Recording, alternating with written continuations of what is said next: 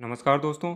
आज हम देखेंगे रेलवे एनटीपीसी के प्रीवियस ईयर के क्वेश्चन पेपर जो कि 1 अप्रैल 2021 को पूछा गया था फर्स्ट शिफ्ट में सीबीटी 1 में। तो फर्स्ट पेपर का फर्स्ट क्वेश्चन है, if A B divide by A C equal to B D divide by D C है तो एंगल ए बी सी हमें निकालना है। ये एक ट्रायंगल दिया हुआ है जिसमें दो ट्रायंगल एक दूसरे के साथ मिले हुए हैं। अब ये बोल रहा है कि ये वाली भुजा ए बी और ए सी का रेशियो बी डी और डी सी के रेशियो के बराबर है। अगर इस तरह की कंडीशन आती है तो ये जो बीच में ए डी लाइन है ये एंगल ए को दो बराबर भागों में बांटेगी। मतलब ए डी जो है वो बाइसेक्ट करेगा एंगल ए को।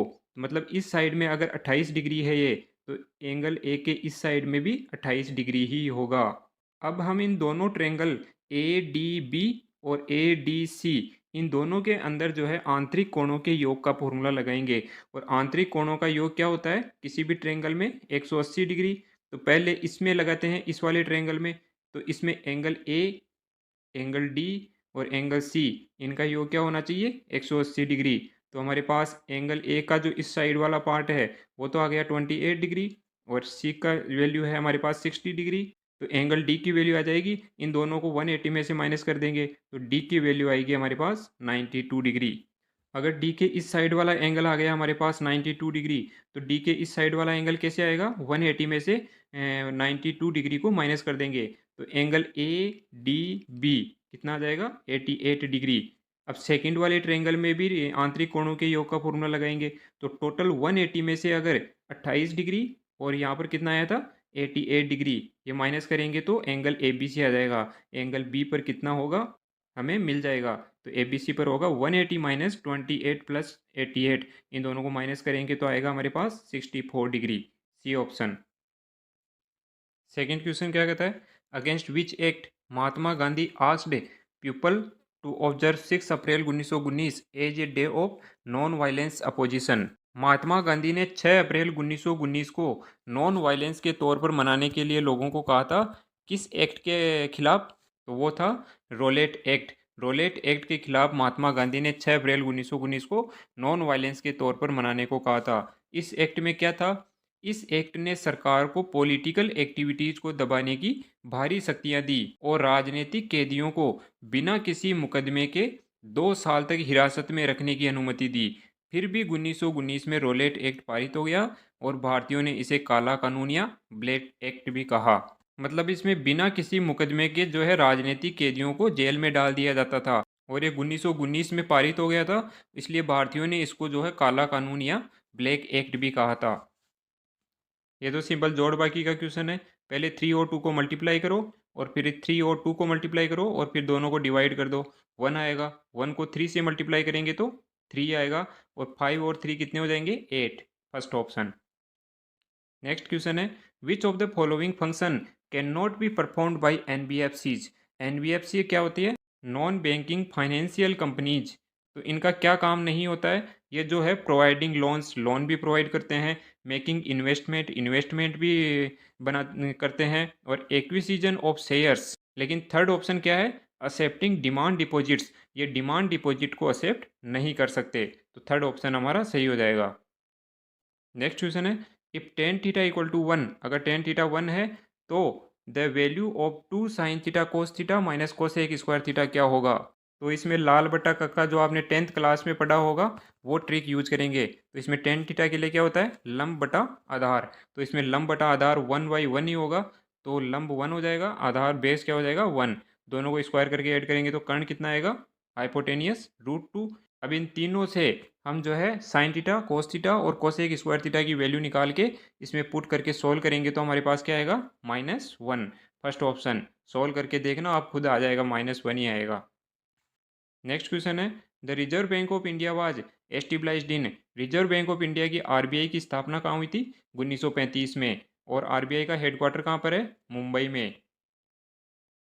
नेक्स्ट क्वेश्चन है, an amount doubles itself on simple interest in 4 year. Simple interest की बात कर रहा है तो सिंपल इंटरेस्ट का फॉर्मूला क्या होता है? Interest equal to sum multiply rate multiply time divide by 100। और बोल रहा है कि अमाउंट जो है वो डबल हो जाता है। मान लीजिए एक्स अमाउंट है और वो डबल हो जाता है, 2x हो जाता है, तो ब्याज कितना हुआ? इंटरेस्ट कितना हुआ? एक्स। तो x equal to x multiply R multiply time कितना है 4 ईयर्स। तो पूछ रहा है कि व्हाट इज़ द परसेंटेज पर एनुअम रेट ऑफ इंटरेस्ट, हमें r की वैल्यू निकालनी है ये वाली। तो r की वैल्यू आ जाएगी x से x कट जाएगा और जब इसको सॉल्व करेंगे तो 25%, ऑप्शन 2। नेक्स्ट 8वां क्वेश्चन है which of the following is an example of man made fibre. Man made मतलब आर्टिफिशियल, कृत्रिम रेशा कौन सा है?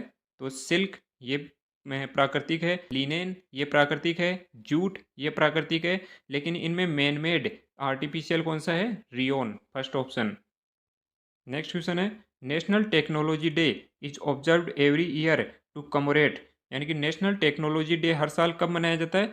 हर साल मनाया जाता है ये 11 मई को। और क्यों मनाया जाता है? क्योंकि 11 मई 1998 को इसी दिन पोखरण राजस्थान में न्यूक्लियर टेस्ट किया गया था इंडिया द्वारा। तो हमारा क्वेश्चन है कि नेशनल टेक्नोलॉजी डे क्यों मनाया जाता है? ये मनाया जाता है कि पोखरण 2 हमने न्यूक्लियर टेस्ट किया था 11 मई 1998 को। नेक्स्ट 10वां क्वेश्चन है the name of first electronic digital computer of the world. World का पहला इलेक्ट्रॉनिक डिजिटल कंप्यूटर कौन सा है? तो वो था एनियाक, फोर्थ ऑप्शन। और एनियाक की फुल फॉर्म क्या होती है? Electronic numerical integrator and computer. 11वां ऑप्शन है which hormone regulates the blood sugar level in body. Body के अंदर ब्लड शुगर को कौन कंट्रोल करता है? तो उसको कंट्रोल करता है इंसुलिन। जब बॉडी में इंसुलिन बनना बंद हो जाता है तो शुगर लेवल बॉडी में बढ़ जाता है, जिसको हम बोल देते हैं कि इसको शुगर हो गई या इसको डायबिटीज़ हो गई। फिर बाहर से इंसुलिन के इंजेक्शन दिए जाते हैं ताकि बॉडी में शुगर लेवल मेंटेन रहे।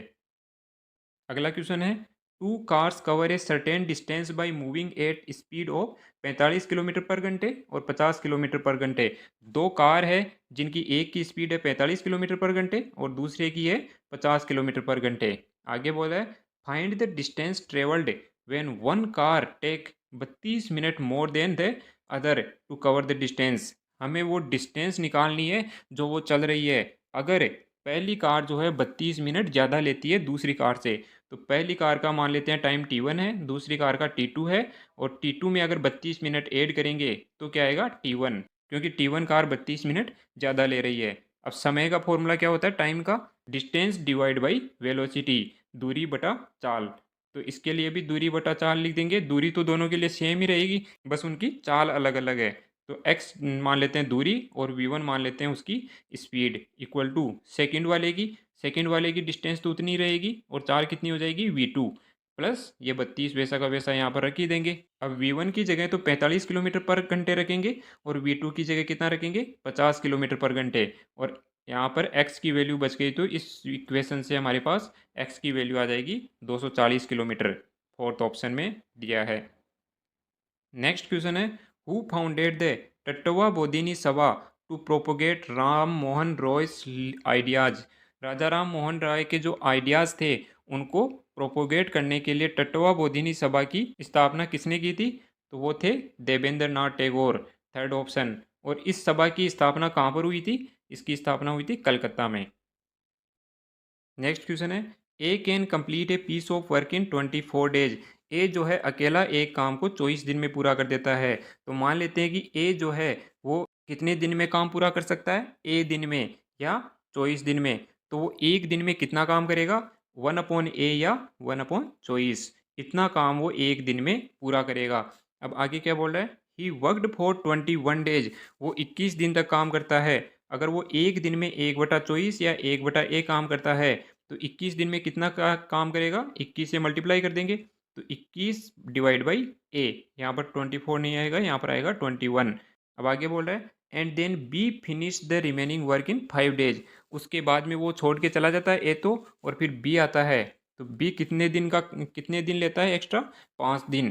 तो मान लेते हैं कि बी जो है वो एक दिन में कितना काम करेगा? 1/B। तो 5 दिन में कितना काम करेगा? 5 से इसको मल्टीप्लाई कर देंगे तो 5 डिवाइड बाई बी, ये टोटल काम हो जाएगा। इक्वल टू टोटल काम कितना है? टोटल काम है 1, तो यहाँ पर रख देंगे 1।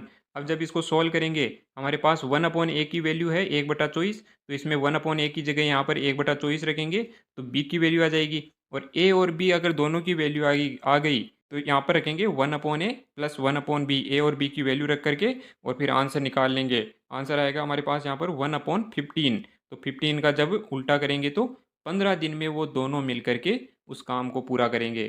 Third option. नेक्स्ट क्वेश्चन है, जैसे बैट जो है वो क्रिकेट से रिलेटेड है, वैसे स्टिक जो है वो किससे रिलेटेड होगी? मतलब बैट से जो है वो क्रिकेट खेला जाता है, वैसे स्टिक से क्या खेला जाता है? बैडमिंटन खेला जाता है क्या? No. Basketball? No. Tennis? No. Hockey खेला जाता है। स्टिक से क्या खेला जाता है? हॉकी। तो फोर्थ ऑप्शन सही हो जाएगा। नेक्स्ट क्वेश्चन है, find the area of triangle A B C. Triangle A B C का एरिया हमें निकालना है। तो देखो यहाँ पर सर्कल की प्रॉपर्टी होती है कि अगर सर्कल के डायामीटर से दो चौड़ खींची जाती है और वो जिस पॉइंट पर मिलती है वहाँ पर वो एंगल बनाती है 90 डिग्री का। तो अगर ये यहाँ पर 90 डिग्री का एंगल बनाएंगी तो ये वाला ए बी सी ट्रायंगल जो है वो बन जाएगा राइट एंगल ट्रायंगल, और उसका बेस हो जाएगा 16 और हाइट हो जाएगी 20। तो इसके लिए ट्रायंगल का फॉर्मूला लगाएंगे 1/2 multiply 20 multiply 16, 1/2 base multiply height. तो जब इसको सॉल्व करेंगे तो हमारे पास आंसर आएगा 160 सेंटीमीटर स्क्वायर। नेक्स्ट क्वेश्चन है, if 4y-1 and y+4 both are factors of py² plus 15y-q। अगर इस वाली इक्वेशन के ये दोनों फैक्टर है तो हमें p और q में रिलेशन निकालना है। इन चारों ऑप्शन में कौन सा सही होगा? तो अगर ये फैक्टर्स है तो इनको जीरो के बराबर रखेंगे, तो 4y-1 को जीरो के बराबर रखेंगे तो y की वैल्यू आएगी 1/4, और y+4 को जब जीरो के बराबर रखेंगे तो y की वैल्यू आएगी -4। अब इन दोनों y की वैल्यू को एक एक बार इसके अंदर इक्वेशन में रख रख करके और जीरो के बराबर कर देंगे। तो जब y इक्वल टू 1/4 को इसमें रखेंगे तो ये वाली इक्वेशन बनेगी, और जब y इक्वल टू -4 को इस वाली इक्वेशन में रखेंगे तो हमारे पास बनेगी ये इक्वेशन। अब ये दोनों इक्वेशन, ये भी p और q में इक्वेशन है, ये भी p और q में इक्वेशन है। जब दोनों को सॉल्व करेंगे तो हमें पता चलेगा कि p और q की वैल्यू सेम आएगी, जो कि सेकंड ऑप्शन में दिया है। नेक्स्ट क्वेश्चन है, फोर रूट 0.00081, इसकी क्या वैल्यू होगी? तो इसके बाद जितने जीरो है पॉइंट के बाद और डिजिट है उतने नीचे लगा लेंगे। तो इसमें देखते हैं 1 2 3 4 5 6, तो 6 है तो 81 डिवाइड बाई 10⁶ और इसका रूट। तो रूट 81 तो कितना होता है? 9 डिवाइड बाई 10⁶ का रूट कितना होता है? 10⁻3। अब यहाँ पर बाहर 4 भी है ये, तो 4 से मल्टीप्लाई भी करना पड़ेगा। तो 9 चौक कितना होता है? 36। 36 डिवाइड बाई 10⁻3 कितना होता है? 1000। जब 36 को 1000 से डिवाइड करेंगे तो हमारे पास आएगा 0.036। Fourth option. हु मेंशनड अध्यक्ष as the superintendents of different department in the modern administration. मतलब मॉडर्न एडमिनिस्ट्रेशन के अंदर जो है सुप्रिटेंडेंट किसको बताया गया है? अध्यक्ष को। ये किसने बताया था? ये बताया था कौटिल्य ने। कौटिल्य ने बताया था कि जो अध्यक्ष होता है वही जो है अलग अलग डिपार्टमेंट का क्या होता है? सुप्रिटेंडेंट। कौटिल्य कौन था? Kautilya was known as Chanakya और विष्णुगुप्त। कौटिल्य को चाणक्य और विष्णुगुप्त के नाम से भी जानते हैं, और वो प्राइम मिनिस्टर था चंद्रगुप्त मौर्य के रीजन में। अगला क्वेश्चन है, if circumference and area of a circle are numerically equal then radius of the circle. अगर सरकमफ्रेंस मतलब उसकी परिधि और उसका एरिया दोनों अगर बराबर है तो हमें उसकी रेडियस निकालनी है सर्कल की। तो सरकमफ्रेंस का फॉर्मूला होता है 2πr, और वो किसके बराबर है? एरिया के, πr²। जब इसको सॉल्व करेंगे तो हमारे पास r की वैल्यू आएगी 2 यूनिट। नेक्स्ट क्वेश्चन है, which river is associated with the Dhuandhar false. Dhuandhar fall के साथ कौन सी रिवर का लिंक है? तो तापी नहीं, महानदी नहीं, कावेरी नहीं। तो धुआंधार फॉल जो है वो किससे रिलेटेड है? नर्मदा नदी से। और ये धुआंधार फॉल है कहाँ पर? यह है मध्य प्रदेश में। अगला क्वेश्चन है, two numbers are in the ratio 3:2। अगर दो नंबर जो है 3:2 के रेशियो में है तो वो नंबर्स क्या हो जाएंगे? 3x और 2x। एक नंबर हो जाएगा 3x और दूसरा हो जाएगा 2x। If 8 and 6 are subtracted from the first and second number respectively. पहले नंबर में से तो 8 माइनस कर देते हैं और दूसरे नंबर में से 6 माइनस कर देते हैं, तो क्या होता है? The ratio become 8:5। तो फिर इनका जो रेशियो है 3x-8 divide by 2x-6 equal to क्या बन जाता है? 8:5। 8:5।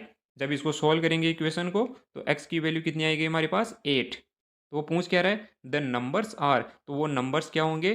तो 8 की वैल्यू जो x है वो दोनों में रख देंगे यहाँ पर, तो 3 को 8 से मल्टीप्लाई करेंगे तो 24 और 2 को 8 से मल्टीप्लाई करेंगे तो 16। तो second option is the correct answer. Next question है which constitutional amendment known as mini constitution, कौन से कॉन्स्टिट्यूशनल अमेंडमेंट को मिनी कॉन्स्टिट्यूशन बोला जाता है? Give effect to the recommendation of Swaran Singh committee. तो कौन सा कॉन्स्टिट्यूशनल अमेंडमेंट है जिसको मिनी कॉन्स्टिट्यूशन बोला जाता है? वो है 42वां कॉन्स्टिट्यूशनल अमेंडमेंट। और ये कौन से साल में हुआ था? 1976 में। अगला क्वेश्चन है which of the following is used for calculating dearness allowance to government employees for increase in price in India. अगर इंडिया में जो है इन्फ्लेशन होता है, प्राइस बढ़ जाती है, तो गवर्नमेंट एम्प्लॉयज का डीए भी बढ़ाया जाता है, डियरनेस अलाउंस भी बढ़ाया जाता है। तो वो डीए कैसे कैलकुलेट किया जाता है? वो कैलकुलेट किया जाता है कंज्यूमर प्राइस इंडेक्स से। Consumer price index number for industrial workers. अगला क्वेश्चन है Vinaya and Sutta Pitaka are compliance of whose teachings. ये विनय पीठका और सूत पीठका जो है किसके कॉम्प्लियंस है, किसकी टीचिंग्स के? Gautam Buddha, first option. अगला क्वेश्चन है the concept of Bodhisattva is associated with. Bodhisattva जो है वो किससे रिलेटेड है? जैनिज्म, सिखिज्म, महायाना बुद्धिज्म या हिनायना बुद्धिज्म। तो ये रिलेटेड है महायाना बुद्धिज्म, थर्ड ऑप्शन। और 72 ईस्वी में कनिष्क के शासनकाल के दौरान आयोजित बौद्ध संगति में बौद्ध धर्म जो है हिनायन और महायान संप्रदायों में विभाजित हो गया था।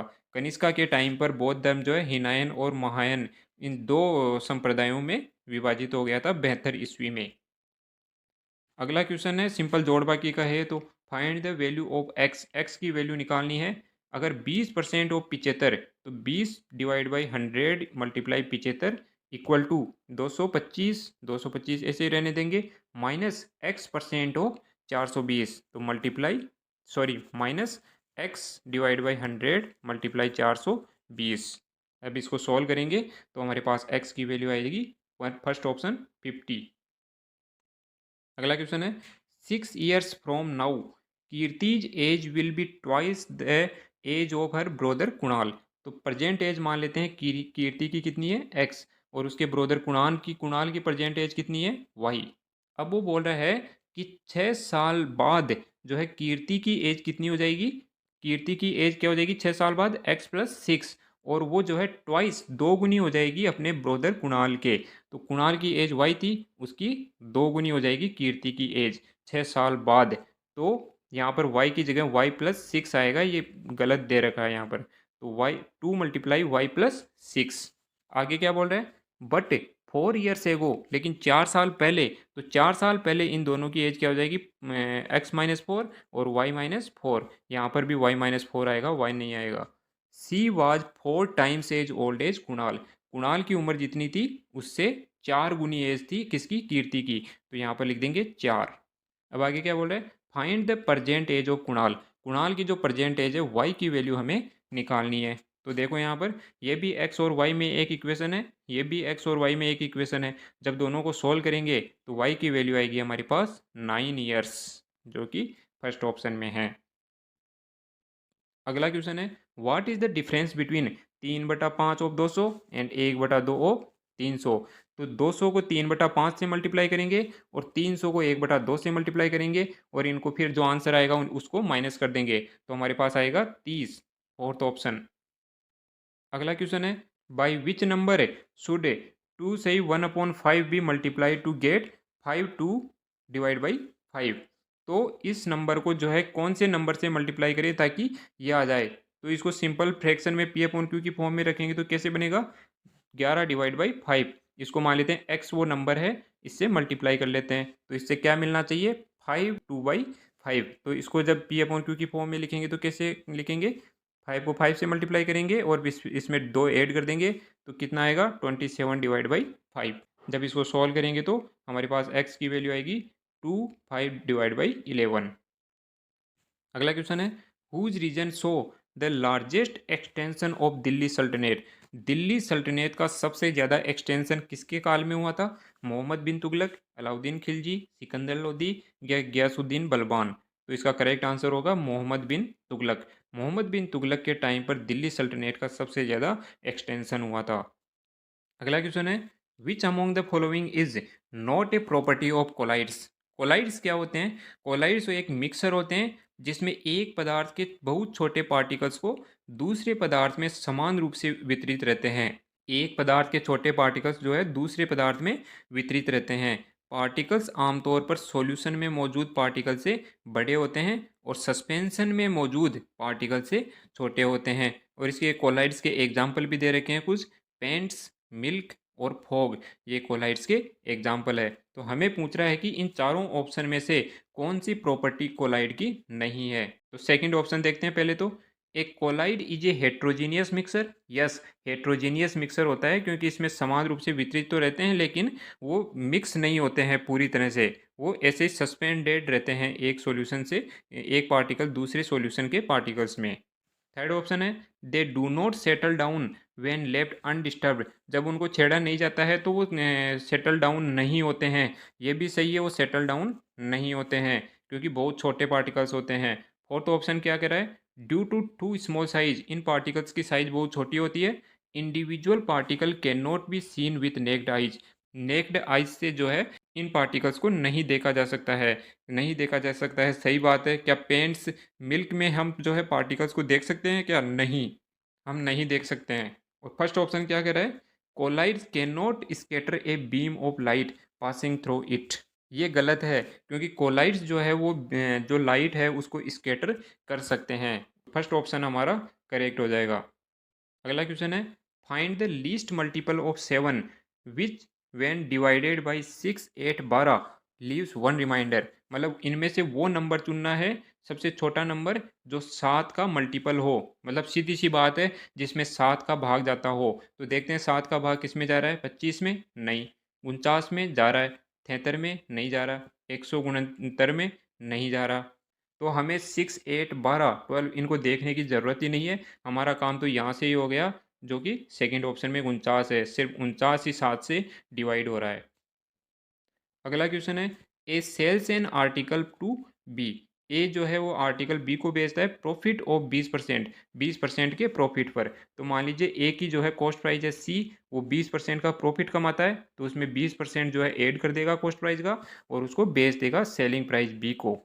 अब क्या करता है? And B sells it to C at a profit of 20%। अब जो है बी जो है, बी के लिए जो ये सेलिंग प्राइस है ए की, वो बी के लिए क्या बन जाएगी? Cost price. तो एस प्लस ये 20% का प्रॉफिट ऐड कर देता है और किसको बेच देता है? सी को। तो ये सी को बेच दिया। और सी को कितने में बेचा? इफ सी पे 360 फॉर इट। सी जो है वो 360 रुपये इसके लिए देता है। तो सी की जो कॉस्ट प्राइस है वो बी के लिए क्या हो जाएगी? Selling price. तो ये हो जाएगी 360 के बराबर। अब क्या पूछ रहा है? What was the cost price of A. A की जो कॉस्ट प्राइस है ये वाली सी, हमें सी की वैल्यू निकालनी है। तो देखो यहाँ पर ध्यान से, जब इस वाली इक्वेशन को सॉल्व करेंगे तो इससे हमारे पास सेलिंग प्राइस आ जाएगी और इस वाली सेलिंग प्राइस को जब हम इस वाली इक्वेशन में यहाँ पर रख देंगे तो हमारे पास कॉस्ट प्राइस आ जाएगी। तो कॉस्ट प्राइस हमारे पास कितनी आएगी? सॉल्व करके देखना आप। थर्ड ऑप्शन आएगा 250 रुपये। अगला क्वेश्चन है 35वां। BuyUcoin has introduced the first Indian platform regarding wholesale trading for. India का पहला होल सेल ट्रेडिंग फॉर्म किसने लॉन्च किया था? बाई यू कॉइन ने। और उसका क्या नाम था? उसका नाम था crypto currency. First option, crypto currency एक डिजिटल करेंसी होती है। अगला क्वेश्चन है फाइंड द वैल्यू ऑफ। ये साइन थीटा कोस थीटा की एक इक्वेशन दे रखी है, इसको सॉल्व करके इसकी वैल्यू निकालनी है। तो ऊपर देखो, कोस square 22 degree plus cos square 68 degree. तो कोस स्क्वायर 68 डिग्री जो है वो साइन स्क्वायर 22 डिग्री के बराबर होता है। Cos square 68 equal to sine square 22। ये साइन थीटा कोस थीटा की प्रॉपर्टीज होती है। तो cos square 22 plus sine square 22 कितना हो जाएगा? 1। ऊपर आ जाएगा 1 डिवाइड बाई, और साइन स्क्वायर 22 किसके बराबर होता है? Cos square 22। ये साइन स्क्वायर 68 जो है उसको हम कोस स्क्वायर 22 भी लिख सकते हैं। तो इसकी वैल्यू भी 1 हो जाएगी। तो नीचे बच जाएगा सिर्फ 2, ये वाला 2, minus sine square 16 minus cos square 16 multiply sine 74। तो हम साइन 74 को जो है वो कोस 16 भी लिख सकते हैं। जब कोस 16 और कोस 16 मल्टीप्लाई होगा तो क्या आ जाएगा? कोस स्क्वायर 16, और ये जो माइनस जो है वो कॉमन ले लेंगे तो इधर भी sign square 16 plus cos square 16 बच जाएगा और ये भी 1 हो जाएगा। अब 1/2 में से जब 1 माइनस करेंगे तो कितना आएगा, -1/2। फर्स्ट ऑप्शन खुद करके देखना एक बार, ज़्यादा अच्छे से समझ में आएगा। नेक्स्ट क्वेश्चन है, एक वेन डायग्राम पर है जिसमें पैरेललोग्राम, रोम्बस, स्क्वायर और ट्रेपेजॉइड दिया हुआ है। तो ये वेन डायग्राम में एक दूसरे से कैसे रिलेटेड होंगे, तो जैसे देखो पैरेललोग्राम, रोम्बस और स्क्वायर तो जो है इनकी 4 साइड्स होती है और चारों साइड जो है वो पैरेलल होती है और बराबर होती है। लेकिन जो ट्रेपेजॉइड है उसकी चारों साइड बराबर नहीं होती है, तो ट्रेपेजॉइड जो है वो तो अलग ही हो जाएगा पूरा ही। तो इसमें एक ही ऑप्शन में जो है वो ट्रेपेजॉइड अलग है पूरी तरह से, सेकंड ऑप्शन में। तो सेकंड ऑप्शन ही करेक्ट हो जाएगा। अगला क्वेश्चन है, ए bag contains cards numbered between 33 से 92। एक बैग के अंदर कार्ड्स है 33 से लेकर के 92 नंबर उन पे लिखे हुए हैं। If one card is drawn from the bag, अगर बैग से एक कार्ड निकाला जाता है तो टोटल कार्ड 33 और 92 के बीच में कितने हैं, टोटल 58 है। 58 में से एक कार्ड निकाला जाता है तो 58 C1, मतलब 58 में से एक कार्ड सेलेक्ट किया जाता है। The probability that the number on the drawn card is a perfect square. अब हमें पता लगाना है कि जो कार्ड निकला है वो परफेक्ट स्क्वायर है। तो 33 और 92 के बीच में कितने परफेक्ट स्क्वायर्स है, एक तो 36 है, चंग चंग 36, एक 49 है, एक 64 है और एक 81 है, ये 4 है। तो इन 4 में से एक आना चाहिए, तो 4C1 ऊपर आ जाएगा। तो क्या बनेगा हमारे पास रेशियो, 4/58। 4C1 की वैल्यू होती है 4 और 58C1 की वैल्यू होती है 58। तो 4/58, इसको जब और सिंप्लीफाई करेंगे तो बन जाएगा 2/29। इसमें गलत दे रखा है ऑप्शन, इसका करेक्ट आंसर होगा 2/29। अगला क्वेश्चन है, एलसीएम ऑफ 30, 40, 45 इज। 30, 40, 45 का एलसीएम क्या होगा, सबसे छोटा नंबर जिसमें 30, 40 और 45 का भाग जाता हो। तो सबसे छोटा नंबर तो 5 है, तो 5 तो इनसे छोटा ही रह गया, तो ये तो गलत हो जाएगा। इससे बड़ा है 360, तो 360 में 30 का भाग भी जाएगा, 40 का भाग भी जाएगा और 45 का भाग भी जाएगा। तो फोर्थ ऑप्शन सही हो जाएगा। अगला क्वेश्चन है, the device that use ultrasonic waves to measure the distance, direction and speed of under water object. पानी के अंदर जो ऑब्जेक्ट्स होते हैं उनकी डिस्टेंस, डायरेक्शन और उनकी स्पीड मेजर करने के लिए कौन से इंस्ट्रूमेंट का यूज़ करते हैं, उसके लिए यूज़ करते हैं सोनार का। अगला क्वेश्चन है, equatorial plane and orbital plane are incline to each other at which angle. जो ऑर्बिटल प्लेन और इक्वेटोरियल प्लेन के बीच में एंगल कितना होता है, 23.5, 23.5 डिग्री का एंगल होता है। और इसी एंगल के कारण पृथ्वी पर सीजन चेंज होते रहते हैं, गर्मियाँ, सर्दियाँ और मानसून। अगला क्वेश्चन है, who has been named as the leader of opposition in Rajya Sabha in February 2021। फरवरी 2021 में अपोजिशन का लीडर कौन था राज्यसभा में, मल्लिकार्जुन खड़गे। और अभी भी कौन है, मल्लिकार्जुन खड़गे ही है leader of opposition in Rajya Sabha, Mallikarjun खड़गे। अगला क्वेश्चन है, which district in Haryana has a nuclear power plant. Haryana के कौन से जिले में जो है न्यूक्लियर पावर प्लांट है, फतेहाबाद, रोहतक, करनेल या सोनीपत। तो इसका करेक्ट आंसर होगा फतेहाबाद, फर्स्ट ऑप्शन। इंडिया में और भी जो है न्यूक्लियर पावर प्लांट है, जो याद रखना आपको कोई सा भी पूछ सकता है। तारापुर एटॉमिक पावर स्टेशन कहाँ पर है, महाराष्ट्र में। Rajasthan atomic power station Rawatbhata, Rajasthan में। Kakrapar atomic power station Gujarat में। Kaiga atomic power station Karnataka में। Madras atomic power station Tamil Nadu में है। और नारोरा एटॉमिक पावर स्टेशन कहाँ पर है, उत्तर प्रदेश में। कुदनकुलम न्यूक्लियर पावर प्लांट कहाँ पर है, तमिलनाडु में। और गोरखपुर न्यूक्लियर पावर प्लांट कहाँ पर है, हरियाणा में, हरियाणा के फतेहाबाद जिले में। अगला क्वेश्चन है, in what time will 3200 invested at 10% पर एनुअम कंपाउंडेड क्वार्टरली बिकम 3362। तो कंपाउंड इंटरेस्ट के लिए कौन सा फॉर्मूला होता है, ये टोटल, टोटल का मतलब sum plus interest equal to sum multiply 1 - r/100 और इसकी पावर t। अब हमारे पास टोटल कितना दे रखा है, टोटल तो दे रखा है 3362, 3362 रुपये हो जाते हैं। और सम कितना इन्वेस्ट करता है वो 3200, तो सम की जगह रख देंगे 3200 और 1 - आर की जगह क्या रखेंगे, आर की जगह रखेंगे वो कंपाउंड करता है क्वार्टरली। क्वार्टरली मतलब 4 से डिवाइड और मल्टीप्लाई करना है चीज़ों को। तो क्वार्टरली की बात कर रहा है तो जो रेट है आर वो तो हो जाएगी 4 से डिवाइड, और जो टाइम है वो हो जाएगा 4 से मल्टीप्लाई, जैसा यहाँ पर दिया हुआ है। तो 10 को 4 से डिवाइड करके तो यहाँ पर रखेंगे, और जो टाइम है वो निकालना है हमें, लेकिन यहाँ पर 40 रखना है। और फिर जो टी आएगा हमारे पास वही आंसर हो जाएगा। और टी आएगा हमारे पास हाफ ईयर, मतलब 6 मंथ। अगला क्वेश्चन है, name the type of nutrition in that the organism take in nutrients in solution form from dead and decaying matters. मतलब हमें वो न्यूट्रिशन जो है वो खोजना है जिसमें ऑर्गेनिजम्स मरे हुए और डिकेइंग जो मैटर्स होते हैं उनसे अपना भोजन लेते हैं। तो वो कौन सा होगा? Insectivorous nutrition, heterotrophic nutrition, autotrophic nutrition या सेप्रोफाइटिक न्यूट्रिशन? तो इसका करेक्ट आंसर होगा सेप्रोफाइटिक न्यूट्रिशन। सेप्रोफाइटिक न्यूट्रिशन में जो है मरे हुए और डिकेइंग जो मैटर्स होते हैं उनसे ऑर्गेनिज्म अपना खाना लेते हैं। और इंसेक्टिवर्स क्या होते हैं? इंसेक्टिवर्स होते हैं जो इंसेक्ट्स को खाते हैं। हेट्रोट्रोपिक क्या होते हैं? जो दूसरों के बनाए हुए भोजन पर निर्भर रहते हैं। और ऑटोट्रोपिक क्या होते हैं? जो खुद का भोजन खुद बनाते हैं। और सेप्रोट्रोपिक क्या होते हैं? जो मरे हुए या डिकेइंग मैटर्स के ऊपर अपने भोजन के लिए निर्भर रहते हैं। अगला क्वेश्चन है, A B C together can do a piece of work in 14 days. A B C तीनों मिलकर के एक साथ उस काम किसी काम को जो है 14 दिन में पूरा करते हैं। तो एक दिन में तीनों मिलकर के कितना काम करेंगे? 1/14 काम। अब आगे क्या पूछ रहा है? Where as C alone can do the same work in 42 days. C जो है अकेला उस काम को कितने दिन में पूरा करता है? 42 दिन में। तो एक दिन में जो है सी कितने दिन में कितना काम कर सकता है? 1/42। सी अकेला 1/42 काम कर सकता है एक दिन में। तो 1/c की वैल्यू 1/42 आ गई, ये यहाँ पर रख देंगे। अब क्या पूछ रहा है?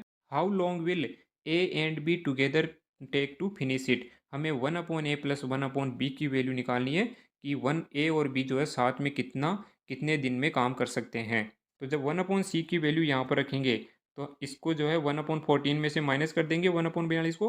तो हमारे पास 1/a प्लस 1/b की वैल्यू आ जाएगी। और ये कितनी आएगी? 1/21। और जब इसको उल्टा करेंगे तो क्या आ जाएगा हमारे पास? 21 दिन। ए और बी दोनों मिलकर के 21 दिन में उस काम को कर सकते हैं। Third option. नेक्स्ट क्वेश्चन है, यहाँ पर खाली जगह पर क्या आएगा? तो देखो 7 और 9 के बीच कितना का डिफरेंस है? 2 का। 9 और 13 के बीच कितने का डिफरेंस है? 4 का। 13 और 21 के बीच की कितना डिफरेंस है? 8। तो यहाँ पर कितना डिफरेंस होना चाहिए? तो देखो यहाँ पर 2 को जो है 2 से मल्टीप्लाई किया 4 आया। 4 को 2 से मल्टीप्लाई किया 8 आया। 8 को 2 से मल्टीप्लाई करेंगे 16। तो 21 के अंदर जब 16 ऐड करेंगे तो कितना आएगा? 37। तो 37 हमारा आंसर होगा। अगला क्वेश्चन है, which of the following is an incorrect pair of abbreviation and it's full form. यानी कि कौन सी फुल फॉर्म गलत है ये पूछ रहा है। तो डीबीएमएस की फुल फॉर्म होती है डाटाबेस मैनेजमेंट सिस्टम, ये सही है। यूआरएल की फुल फॉर्म होती है यूनिफॉर्म रिजर्व लोकेटर, ये गलत है। रैम की फुल फॉर्म होती है रैंडम एक्सेस मेमोरी, ये सही है। फैक्स की फुल फॉर्म होती है फेसी स्माइल, ये भी सही है। तो यूआरएल की फुल फॉर्म सही क्या होगी? इसकी सही फुल फॉर्म होगी यूनिफॉर्म रिसोर्स लोकेटर। ये यूनिफॉर्म रिजर्व लोकेटर गलत होगी। तो सेकंड ऑप्शन सही हो जाएगा। अगला क्वेश्चन है, ए की वैल्यू -5 दे रखी है, बी की वैल्यू 5 दे रखी है, तो हमें ए स्क्वायर माइनस बी स्क्वायर निकालना है। तो बिल्कुल सिंपल है। तो ए का स्क्वायर कर देंगे, बी का स्क्वायर कर देंगे और दोनों को माइनस कर देंगे तो हमारे पास आएगा 0। अगला क्वेश्चन है, in the given figure A B is diameter of the circle. ये ए बी हमें डायमीटर दे रखा है। A P is a tangent to a circle at A के ऊपर जो है एक ए पी ये वाली टेंजेंट है। एक्सटेंडेड बी सी तक, बी सी ये वाली है बी सी, इसको एक्सटेंड कर दिया पी तक। और angle A O C equal to 36 degree, ये वाला एंगल ए ओ सी ये कितना दे रखा है यहाँ पर? 36 डिग्री। तो हमें बी पी क्यू एंगल निकालना है। तो ये बी पी क्यू ये वाला एंगल हमें निकालना है यहाँ पर। तो देखो ये वाले सर्कल के अंदर जो ट्रेंगल्स और डायग्राम बने हुए हैं इनको अलग से बना लेते हैं यहाँ पर। तो ये 36 डिग्री हमें दे रखा है। तो हमें पता है कि बी सी ए ये कितना होगा? 90 डिग्री यहाँ पर। क्यों? क्योंकि ये डायामीटर से अगर कोई भी दो चोट जो है कहीं पर भी सर्कल पर मिलती है तो उनके बीच का एंगल होता है 90 डिग्री। तो ये वाला टोटल हमारे पास यहाँ पर होगा 90 डिग्री। और ये वाली डिस्टेंस और ये वाली डिस्टेंस ये दोनों बराबर होंगी। तो ये वाला जो यहाँ पर एंगल बन रहे हैं ये वाले, ये वाला और ये वाला ये भी बराबर होंगे। तो टोटल जो है एंगल कितने होते हैं सर्कल के अंदर, ये ट्रेंगल के अंदर? 180 डिग्री। तो 180 में से 36 जब माइनस करेंगे और उसका आधा कर देंगे तो ये दोनों एंगल हमारे पास आ जाएंगे। अब हमारे पास 72 डिग्री ये एंगल आ गया और ये एंगल कितना है टोटल 90 डिग्री। तो 90 में से जब 72 डिग्री माइनस करेंगे तो ये वाला एंगल आ जाएगा 18 डिग्री और हमें पता है कि ये वाला एंगल कितना है यहाँ पर 90 डिग्री। तो टोटल जो है इस वाले ट्रायंगल के अंदर 180 डिग्री होना चाहिए। तो 180 में से 18 तो ये माइनस करेंगे और 90 ये माइनस करेंगे। तो 180 में से टोटल कितना माइनस करना पड़ेगा 108। तो हमारे पास 180 में से 108 माइनस करेंगे तो क्या आएगा 72 डिग्री। तो ये वाला एंगल हो जाएगा 72 डिग्री। हमें निकालना है ये वाला एंगल इधर। तो 180 टोटल एंगल 180 डिग्री है। तो 180 में से जब ये वाला 72 माइनस करेंगे तो हमारे पास ये वाला एंगल आएगा 108 डिग्री, जो कि थर्ड ऑप्शन में है। अब आप एक बार खुद इस डायग्राम को देख करके और इस वाले डायग्राम को देख करके इसको सॉल्व करने की कोशिश करना, ज़्यादा अच्छे से समझ में आएगा। अब अगला क्वेश्चन है, जैसे सी से ई कैसे आया। सी और ई के बीच में दो अल्फ़ाबेट का डिफरेंस है। तो ई के बाद में दो छोड़ करके कितना आएगा जी आएगा। तो जी तो सभी ऑप्शन में है। अब आगे देखते हैं, एच के बाद जे कैसे आया, एक अल्फ़ाबेट बीच में छोड़ करके, और जे से एक अल्फ़ाबेट छोड़ करके क्या आएगा एल। तो एल जो है फर्स्ट ऑप्शन में भी है सेकंड में भी है, तो फर्स्ट और सेकंड दोनों आ सकते हैं। अब थर्ड देखते हैं, डी। डी से जो है एफ कैसे आया, एक अल्फ़ाबेट छोड़ करके, और एफ से एक अल्फ़ाबेट छोड़ करके क्या आएगा एच। तो एच दे रखा है फर्स्ट ऑप्शन में, तो फर्स्ट ऑप्शन ही सही हो जाएगा। अभी अगला क्वेश्चन है, B7 के B7, तो यहाँ पर क्या आएगा। अब देखो सभी जो अल्फ़ाबेट है वो एक जगह छोड़ करके आगे खिसक जा रहे हैं। बी जो है यहाँ पर पहले नंबर पे है तो यहाँ पर दूसरे नंबर पे आ गया, अब तीसरे नंबर पे चला जाएगा। तो फर्स्ट ऑप्शन में और चौथे ऑप्शन में थर्ड नंबर पे है। अब जो 7 है वो जो है दूसरे नंबर पे था, अब तीसरे नंबर पे चला गया। अब तीसरे नंबर से क्या आ जाएगा वापस पहले नंबर पे आ जाएगा। तो 7 जो है पहले नंबर पर इन दोनों ऑप्शन में से किस में है, फर्स्ट ऑप्शन में, तो हमारा फर्स्ट ऑप्शन ही सही हो जाएगा। अगला क्वेश्चन है, which among the following port in India has been renamed as Deendayal port. किस पोर्ट का नाम दीनदयाल पोर्ट कर दिया गया है। तो इसका करेक्ट आंसर होगा कांडला पोर्ट। और टुट्टीकोरिन पोर्ट कहाँ पर है, टुट्टीकोरिन पोर्ट है तमिलनाडु में। मोरमुगांव पोर्ट कहाँ पर है, गोवा में। और कोचीन पोर्ट कहाँ पर है, केरल में। और कांडला पोर्ट कहाँ पर है, गुजरात में। कांडला पोर्ट का अभी रिसेंटली क्या नाम कर दिया गया है, दीनदयाल पोर्ट। अगला क्वेश्चन है, select the option that show the correct match of organisation and its headquarter. मतलब ऑर्गेनाइजेशन और इसका हेडक्वार्टर का करेक्ट मैच कौन सा है। तो इंटरपोल का हेडक्वार्टर वाशिंगटन डीसी में है क्या, नो। इंटरपोल का हेडक्वार्टर है लियोन फ्रांस में। और डब्ल्यूएचओ का हेडक्वार्टर कहाँ पर है, जिनेवा स्विट्जरलैंड में। तो ये भी गलत हो जाएगा। तो जिनेवा स्विट्जरलैंड में डब्ल्यूएचओ का हेडक्वार्टर है। और ईएसआरए क्या है, यूरोपियन स्पेस रिसर्च ऑर्गेनाइजेशन। अभी इसका नाम जो है यूरोपियन स्पेस एजेंसी हो गया है। तो इसका हेडक्वार्टर कहाँ पर है, पेरिस फ्रांस में। और इसमें दे रखा है ब्रुसेल्स में, ये भी गलत हो जाएगा। और GATT इसका हेडक्वार्टर कहाँ पर है, जिनेवा स्विट्जरलैंड में, ये सही हो जाएगा। GATT क्या है, ये वर्ल्ड ट्रेड ऑर्गेनाइजेशन का पहले नाम था। अभी इसका नाम बदल करके क्या कर दिया गया है, वर्ल्ड ट्रेड ऑर्गेनाइजेशन।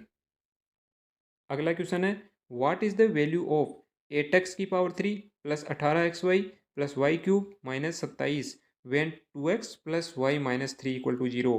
हमें ये वाली इक्वेशन दे रखी है और इस वाले की वैल्यू पूछ रहा है। तो हम क्या करेंगे, ध्यान से देखो, इसमें 8x³ आ रहा है और इसमें 2x है। तो 2x को क्या करें ताकि 8x³ आए, तो 2x का क्यूब करना पड़ेगा।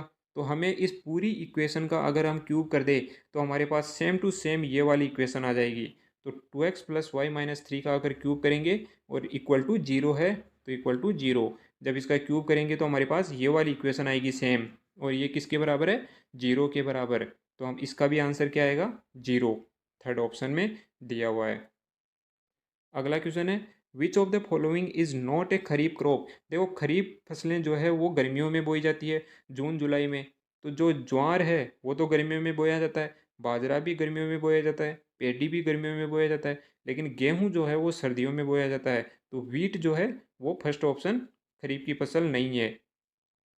अगला क्वेश्चन है, प्रधानमंत्री श्रम योगी मनधन योजना PMSYM योजना विच वाज लॉन्च्ड ऑन 5 मार्च 2019। ये 5 मार्च 2019 को लॉन्च हुई थी। इज एम्ड एट बेनिफिटिंग, इसका क्या लक्ष्य था इस स्कीम का, इसका लक्ष्य था कि अनऑर्गेनाइज सेक्टर वर्कर्स के लिए थी ये। तो फर्स्ट ऑप्शन हमारा सही हो जाएगा। नेक्स्ट क्वेश्चन है, an attempt to obtain sensitive information such as user name password and credit card detail. मतलब कई लोग आपको कॉल करके या मेल कर करके यूजर नेम पासवर्ड या क्रेडिट कार्ड की डिटेल पूछने की कोशिश करते हैं फॉर मेलिशियस रीजंस स्टर्म्ड एज। तो उसको हम क्या बोलते हैं? उसको हम बोलते हैं फिशिंग। अगर आपका कोई user name password credit card पूछने की कोशिश कर रहा है तो उसको हम बोलेंगे phishing. First option. Next question है what is the name of Ganga clean up programme launched in 2014। 2014 में गंगा की सफाई के लिए एक प्रोग्राम लॉन्च किया गया था जिसका क्या नाम था? उसका नाम था Namami Gange. Fourth third option. अब अगला क्वेश्चन क्या कह रहा है? स्टेटमेंट दिए हुए हैं और कॉन्क्लूजन दिए हुए हैं, तो स्टेटमेंट के हिसाब से कौन से कॉन्क्लूजन सही होंगे? तो पहला स्टेटमेंट है सम बॉयज़ आर बर्ड्स, तो यहाँ पर लिख देते हैं बॉयज़। और कुछ बॉयज़ जो है वो बर्ड्स है, ये हो गया बर्ड्स। तो ये कुछ है कॉमन, तो यहाँ पर आ जाएगा कॉमन। तो अब आगे क्या कह रहा है दूसरा statement? All birds are animals, ये जो बर्ड्स है ये सभी क्या है? ये सभी एनिमल्स है। तो एनिमल्स आएगा बाहर और बर्ड्स आएगा अंदर। तो ये बन गया हमारा वेन डायग्राम। अब जो है कॉन्क्लूजन क्या कर रहा है? सम बॉयज़ आर एनिमल्स, ये जो बॉयज़ है वो कुछ बॉयज़ जो है एनिमल्स है। अगर कुछ बॉयज़ जो है बर्ड्स है तो कुछ बॉयज़ क्या होंगे? एनिमल्स भी होंगे ही होंगे। तो ये तो सही हो जाएगा।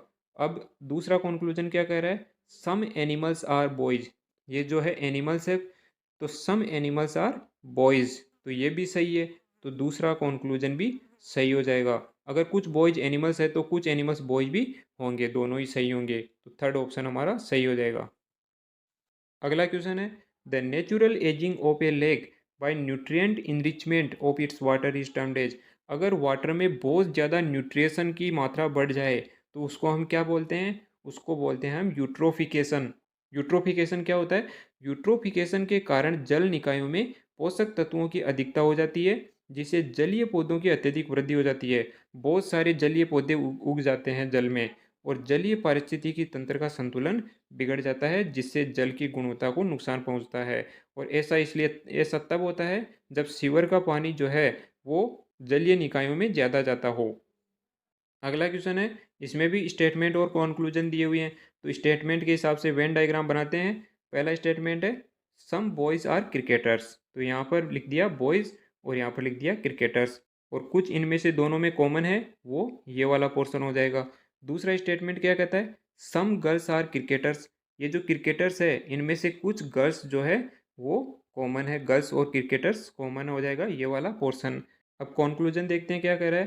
पहला कॉन्क्लूजन कह रहा है ऑल गर्ल्स आर क्रिकेटर्स, सभी लड़कियां जो है गर्ल्स वो क्रिकेटर्स है। नहीं, सभी लड़कियां क्रिकेटर्स नहीं है, सिर्फ कुछ ही लड़कियां क्रिकेटर्स है। दूसरा कॉन्क्लूजन क्या कह रहा है? Some cricketers are girls, some cricketers are girls, ये सही है। अगर सम गर्ल्स जो है क्रिकेटर्स है तो सम क्रिकेटर्स भी गर्ल्स हो सकते हैं।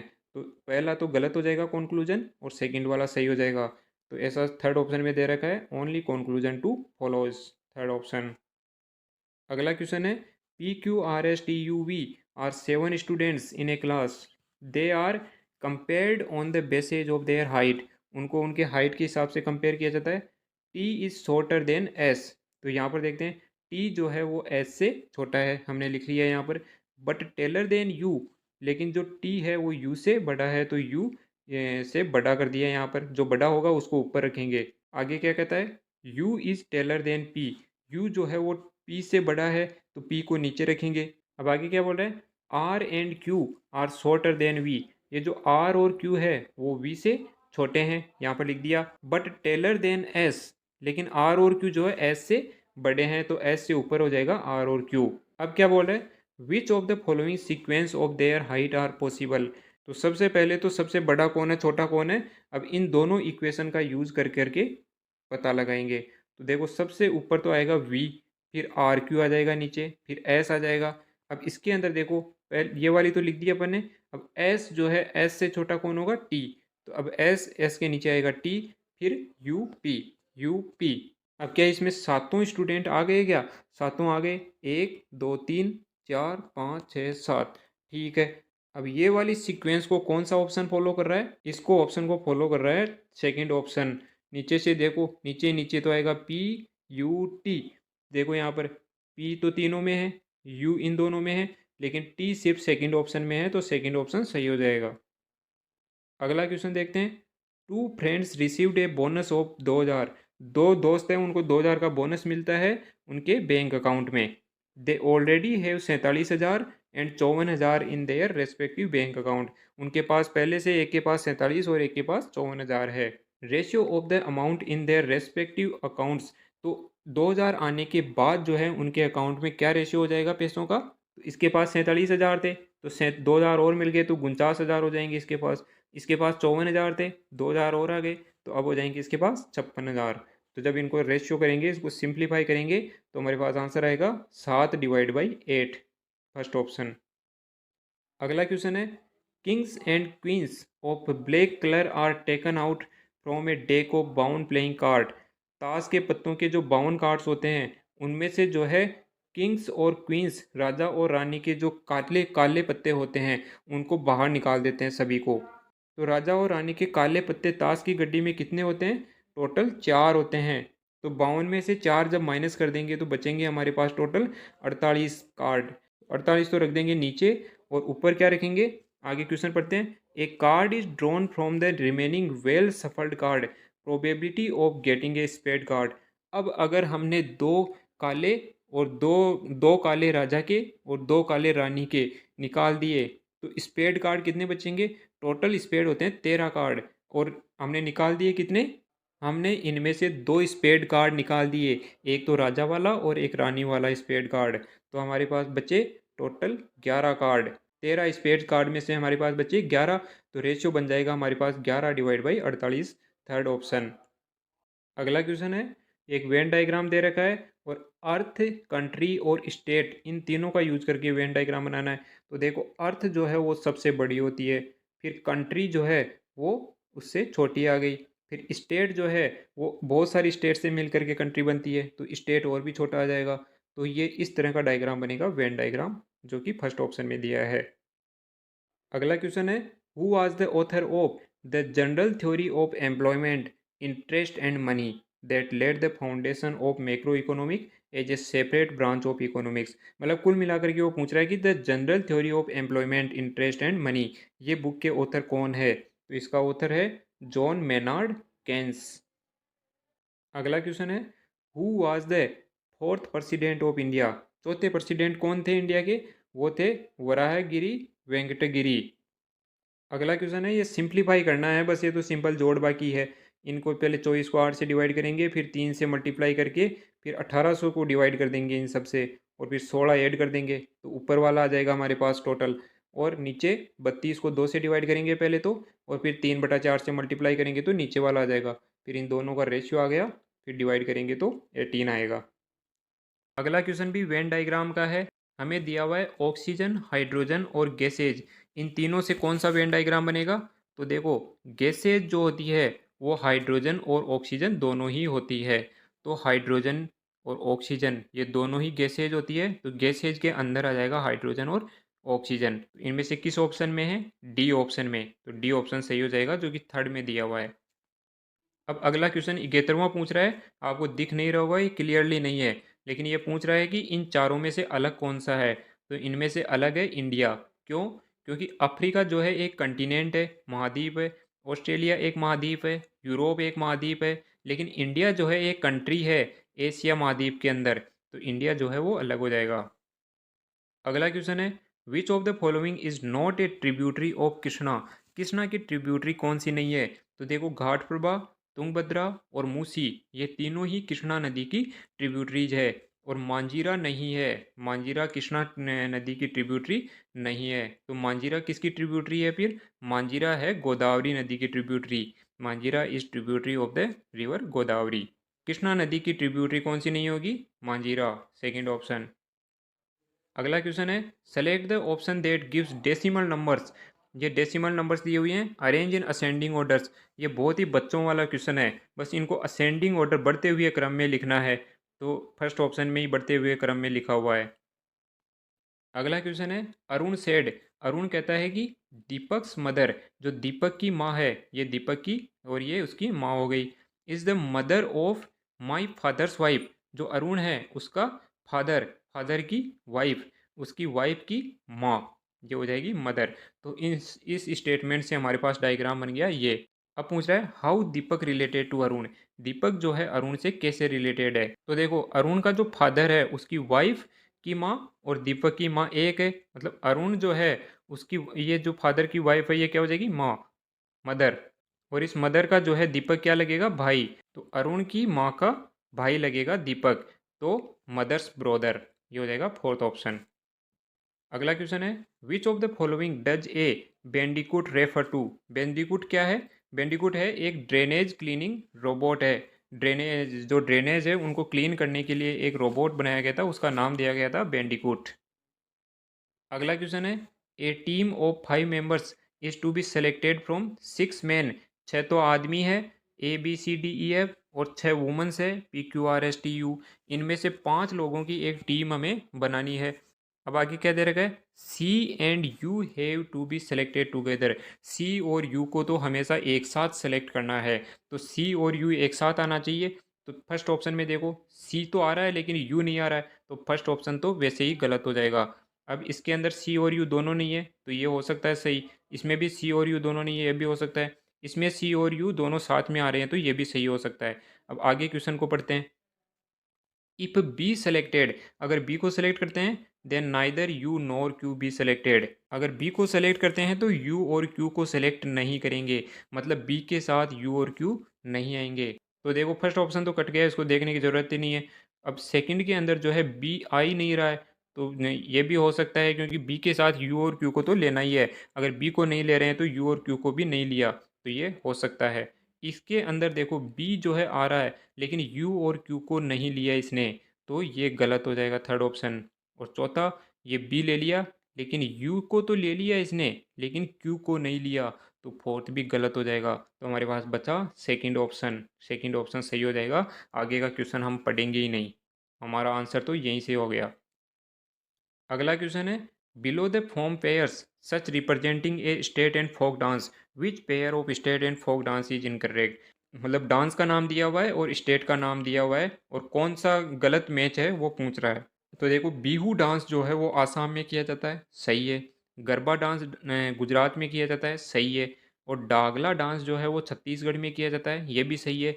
और तापाली डांस जो है वो उत्तराखंड में नहीं किया जाता है, तापाली डांस भी छत्तीसगढ़ में ही किया जाता है। तो थर्ड ऑप्शन गलत हो जाएगा, तो ये सही हमारा ऑप्शन हो जाएगा। अगला क्वेश्चन है name the Punjabi Muslim. Punjabi Muslim का नाम बताना है who was the student of Cambridge and who coined the term Pakistan in 1933। Pakistan जो है पाकिस्तान टर्म किसने दी थी सबसे पहले, तो वो था Chaudhry Rahmat Ali, first option. Next question है if in a code language prime is written as KIRNAV। तो ऐसे स्पॉट को क्या लिखेंगे, तो देखो प्राइम में जो पी है वो पी जो है वो शुरू से जितने नंबर पे आ रहा है उतने ही लास्ट से कौन सा नंबर पे आ रहा है अल्फ़ाबेट में, के। तो जो है इसका अपोजिट हो जाएगा के। ऐसे ही आर जो है प्राइम के अंदर सेकंड वाला, आर जो है शुरू से जिस नंबर पे आ रहा है लास्ट से उस नंबर पे कौन आ रहा है, आई। तो शुरू और लास्ट वाला कंसेप्ट लगा करके स्पोर्ट का क्या बनेगा, HKLIG, फर्स्ट ऑप्शन इसका सही हो जाएगा। अगला क्वेश्चन है to neutralise the effect of formic acid injected by ant bite. जो चींटियाँ काट लेती है उसमें से कौन सा एसिड निकलता है, फॉर्मिक एसिड। तो उसको न्यूट्रलाइज करने के लिए क्या बोल रहा है which among the following can be use. तो इनमें से जो है कौन सा यूज़ करेंगे उसको न्यूट्रलाइज करने के लिए, तो उसके लिए यूज़ करते हैं हम सोडियम बाइकार्बोनेट का। सोडियम बाइकार्बोनेट का फॉर्मूला क्या होता है, NaHCO3। Third option is the correct answer. अगला क्वेश्चन है who has produce the indigenous LCA fighter jets Tejas. LCA क्या होता है, LCA होता है लाइट कॉम्बैट एयरक्राफ्ट। तो ये फाइटर जेट्स जो है तेजस नाम का, ये किसने बनाया था, ये बनाया था हिंदुस्तान एरोनॉटिक्स लिमिटेड ने। और हिंदुस्तान एरोनॉटिक्स लिमिटेड का हेडक्वार्टर कहाँ पर है, इसका हेडक्वार्टर है बेंगलोर में।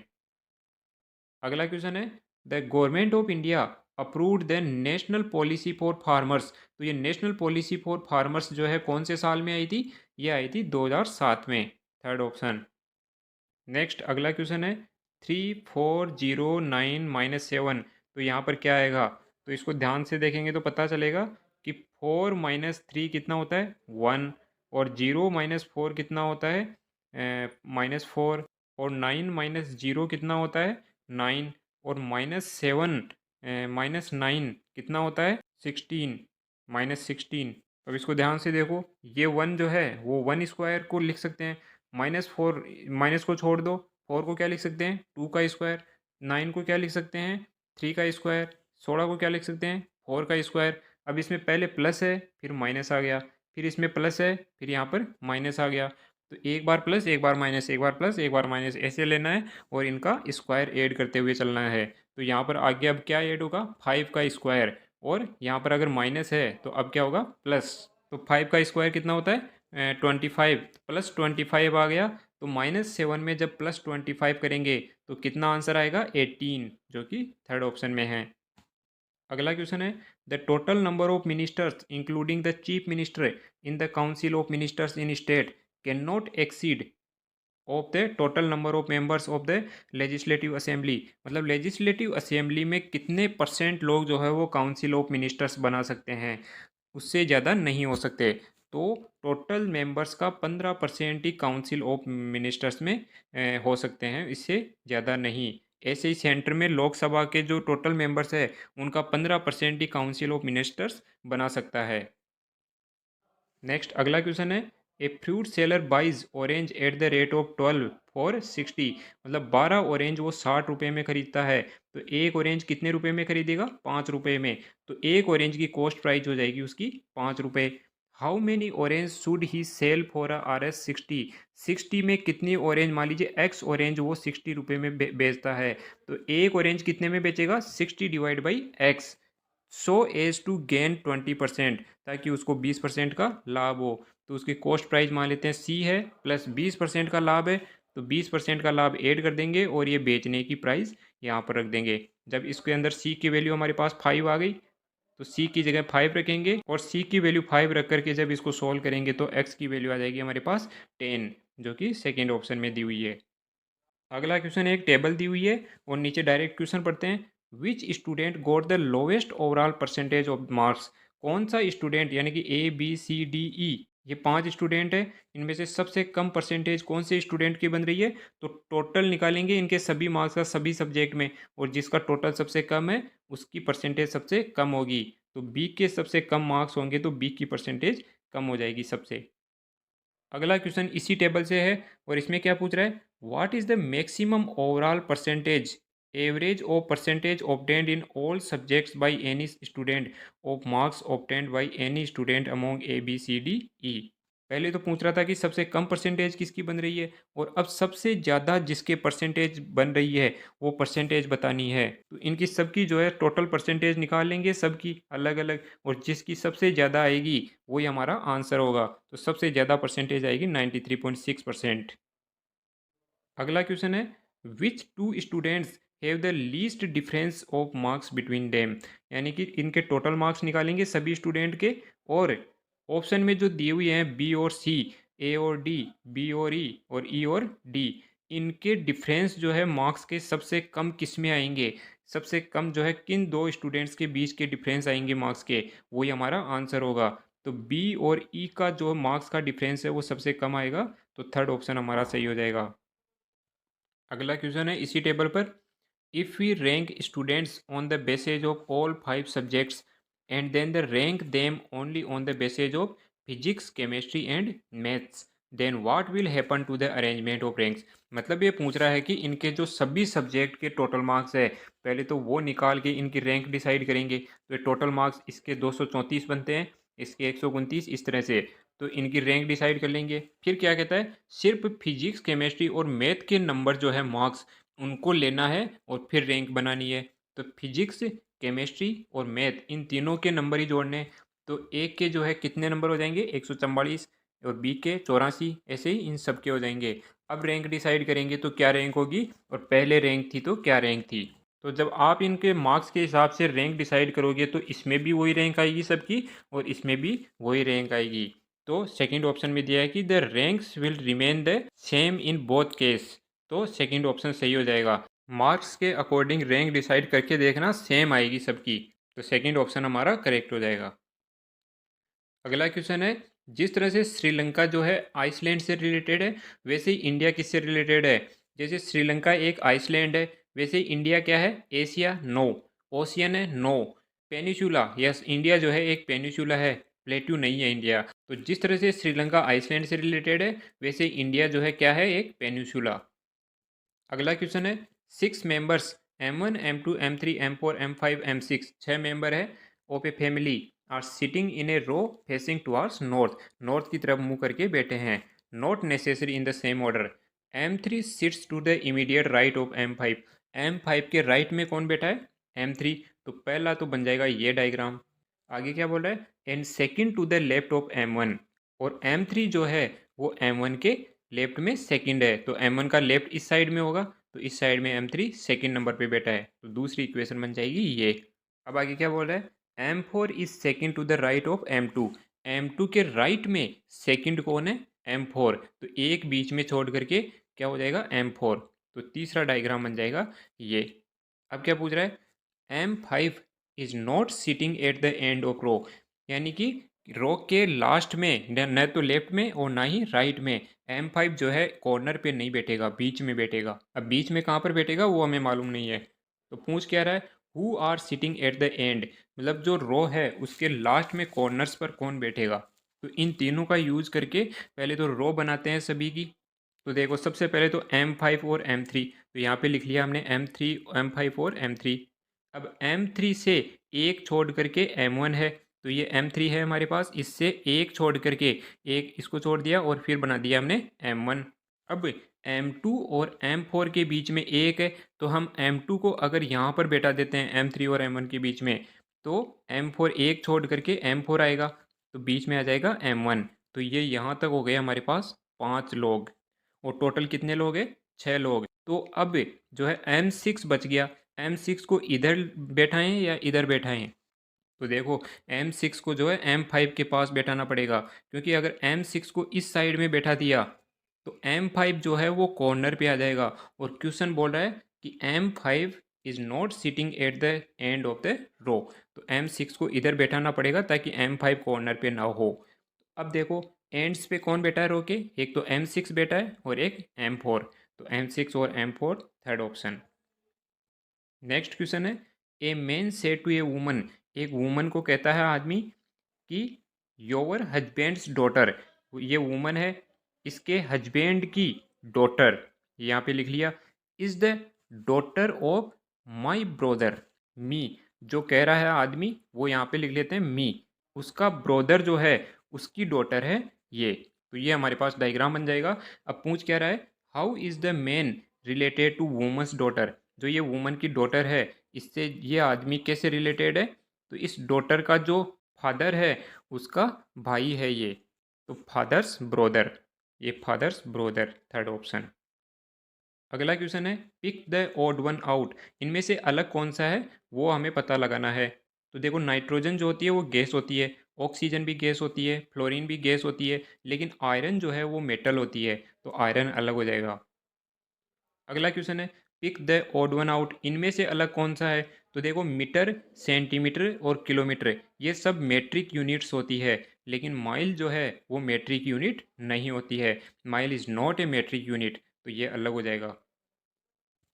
अगला क्वेश्चन है, how will you write 4.14 hours in hour minute second. तो देखो 4.14 घंटे, तो इसमें 4 घंटे तो सीधे सीधे ही हैं, तो 4 घंटे 4 घंटे 4 घंटे 4 घंटे सभी ऑप्शन में दिए हुए हैं।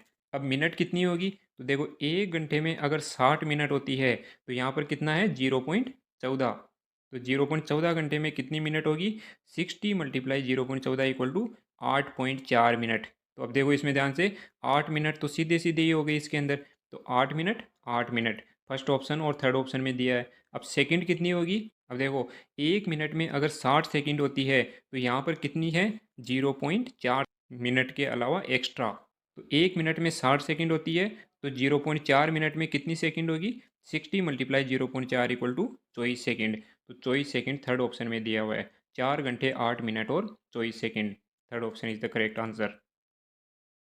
अब देखो इसमें अगला क्वेश्चन करते हैं, जैसे MnOP से HIJK बना और फिर आगे क्या बनेगा। तो एम से अगर 5 माइनस करेंगे तो एच आएगा, और एच से अगर 5 माइनस करेंगे तो क्या आएगा, सी। और अब इनको ध्यान से देखो, M N O P sequence से है, वैसे एच आई जे के सीक्वेंस से है, वैसे सी डी ई एफ ये भी सीक्वेंस से होंगे। तो फर्स्ट ऑप्शन ही ऐसा दिया हुआ है।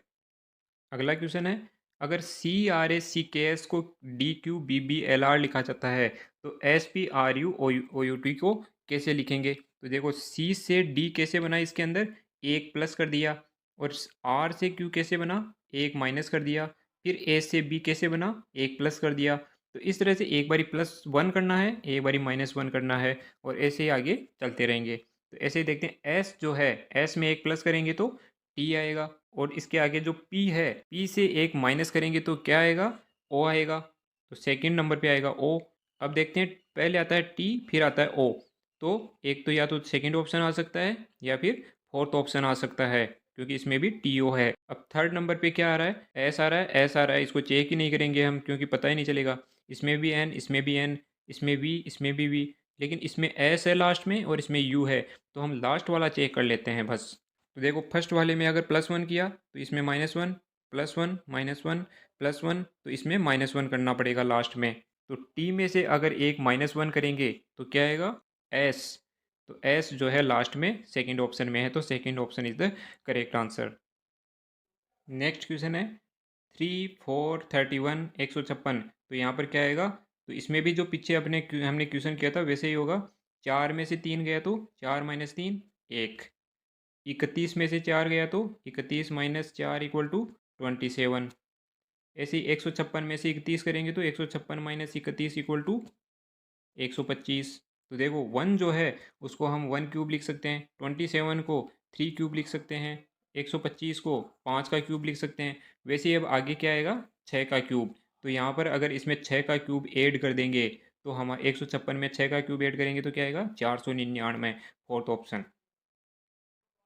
अगला क्वेश्चन देखते हैं, 6 वुमन, 6 वुमन्स है, W1 W2 W3 4 5 6, ये 6 वुमन्स है, live in different hotels PQRSTUVTW, in hotels के अंदर रहती है वो वुमन्स। अब आगे क्या बोल रहा है, no 2 woman live in same hotel, 1 woman live in only 1 hotel.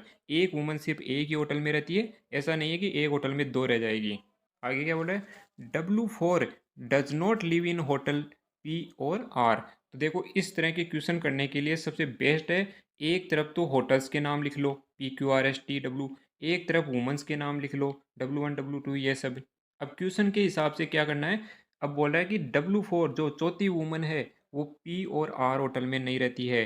तो चौथी वुमन कौन सी है, ये वाली जो है P होटल में नहीं रहती है, तो यहाँ पर हमने क्रॉस लगा दिया एक, कि P होटल में नहीं रहेगी ये, और R होटल में भी नहीं रहती है, क्वेश्चन के हिसाब से दोनों पर क्रॉस लगा दिया।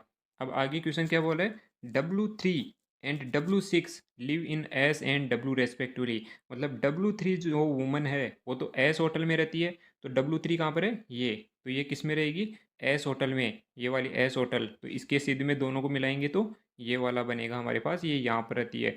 अब अगर W3 वुमन जो है वो एस होटल में रुक गई, तो अब जो है ये किसी भी होटल में नहीं रुकेगी, बस सिर्फ एस के अलावा। और एस होटल में जो है W3 वुमन ही रहेगी, तो बाकी और कोई दूसरी वुमन भी नहीं रुक सकती। तो इसके ऊपर और नीचे जो है सारे क्रॉस लगा देंगे इस तरह से।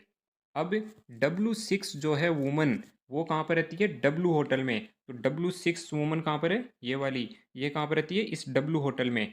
तो ये W होटल में इसको बिठा दिया। अब इसके भी ऊपर और नीचे जो है क्रॉस लगा देंगे। अब ना तो इस होटल में कोई दूसरी वुमन आएगी और ना ही ये वुमन किसी और होटल में जाएगी। आगे क्वेश्चन पढ़ते हैं, W1 does not live in T और आर। जो W1 वुमन है वो टी और आर में नहीं रहती है। तो टी के ऊपर, टी कहाँ पर है, ये वाली होटल, टी पर हमने क्रॉस लगा दिया, और आर कहाँ पर है, ये वाली, इस पर भी क्रॉस लगा दिया। आगे क्वेश्चन क्या बोल रहा है, W5 does not live in are and P. W5 woman ये है, ये ना तो आर में रहती है, तो आर के ऊपर भी, आर के सिद्ध में जो है ये यहाँ पर क्रॉस लगा दिया, और ना ही पी में रहती है, तो यहाँ पर भी क्रॉस लगा दिया। अब क्वेश्चन क्या बोल रहा है, which of the following combination of woman and hotel is definitely true. मतलब कौन सी वुमन कौन सी होटल में रहेगी, ये पूछ रहा है। तो अब इसमें ध्यान से देखो, जो आर होटल है, जो आर होटल है, इसमें ये तो क्रॉस लग ही गया था, इसमें ये भी क्रॉस लग गया, ये भी क्रॉस लग गया और यहाँ पर भी ये भी क्रॉस लग गया। तो बचा क्या? सिर्फ ये वाली जगह बची। तो जो आर होटल में कौन बैठेगा? W2। तो आर होटल में बैठेगा W2। तो अगर W2 को यहाँ पर बैठा दिया तो इसमें भी क्रॉस लग जाएगा, ये भी आधे और तिरछे लाइन खींच देंगे। ऐसे ही जहाँ जहाँ भी जगह मिल रही है वहाँ वहाँ पर बैठाते जाएंगे और फिर ऊपर और नीचे क्रॉस लगाते चले जाएंगे। तो लास्ट में जो कॉम्बिनेशन बचेगा हमारे पास वो बचेगा W1 जो है वो पी होटल में बैठती है। ये सही पाया जाएगा। कैसे? देखो अब इसके अंदर यहाँ पर भी क्रॉस लग गया, यहाँ पर भी क्रॉस लग गया, यहाँ पर यहाँ पर यहाँ पर सब जगह क्रॉस लग गया, जगह खाली क्या बची? यहाँ पर। तो W1 वुमन जो है कहाँ पर बैठेगी? पी में, पी होटल में बैठेगी यहाँ पर। तो W1 जो है वो पी होटल में बैठेगी। थर्ड ऑप्शन करेक्ट हो जाएगा। ये डायग्राम खुद बना करके देखना, इस तरह के क्वेश्चन के लिए सबसे बेस्ट मेथड है ये वाला। अगला क्वेश्चन है, जिस तरह से किलोग्राम जो है वो मास से रिलेटेड है वैसे ही किलोमीटर कैसे रिलेटेड होगा? जैसे किलोग्राम जो है वो क्या है? मास की यूनिट। वैसे ही किलोमीटर जो है किसकी यूनिट है? लेंथ की यूनिट। तो लेंथ जो है फर्स्ट ऑप्शन में दिया है, तो first option is the correct answer. तो ये था हमारा एनटीपीसी का फर्स्ट क्वेश्चन पेपर। आगे भी इसके अगले क्वेश्चन पेपर्स आते रहेंगे हमारे चैनल पर। और अगर आपको इस पेपर का सॉल्यूशन अच्छा लगा तो please like share and subscribe our channel. Thank you.